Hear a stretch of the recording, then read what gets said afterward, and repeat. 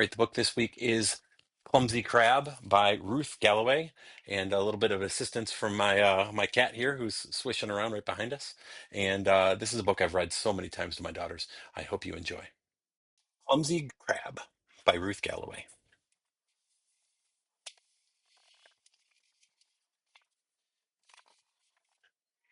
Nipper the crab hated his huge clumsy claws. Snip, snap, clip, clap.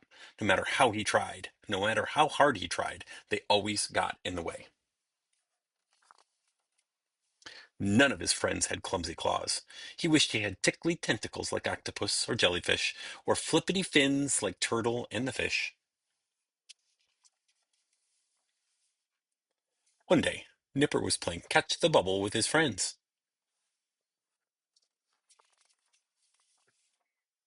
Pop!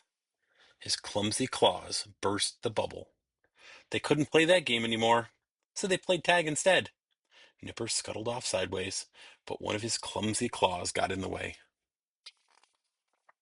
Whoa, whoa!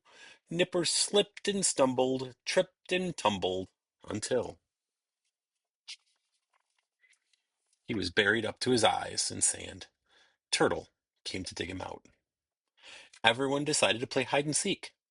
Nipper climbed into a big clamshell and pulled it shut. It was the perfect hiding place until smash! Nipper's clumsy claws shattered the shell into hundreds of tiny pieces. Ouch! He cried. Help! Jellyfish picked up the pieces of the shell.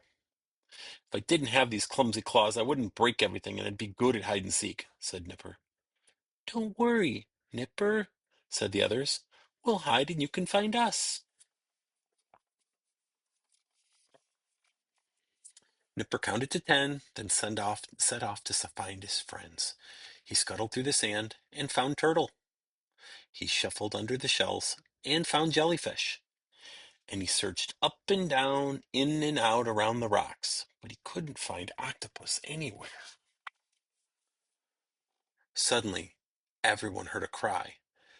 Octopus was tangled up tightly in some seaweed. Octopus squirmed and squiggled and wriggled and jiggled. Turtle and Jellyfish tried to help, but the knots just got tighter and tighter. Nipper had an idea.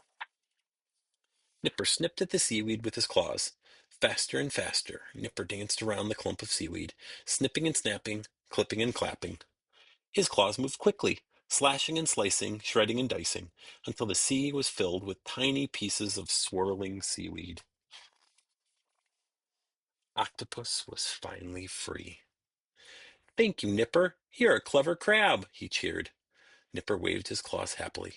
At last he knew how useful they could be. The end. All right, that was Clumsy Crab by Ruth Galloway. If you have any other recommendations, please put them in the Google form right below, and I will be happy to read those books for you too. Have a great week.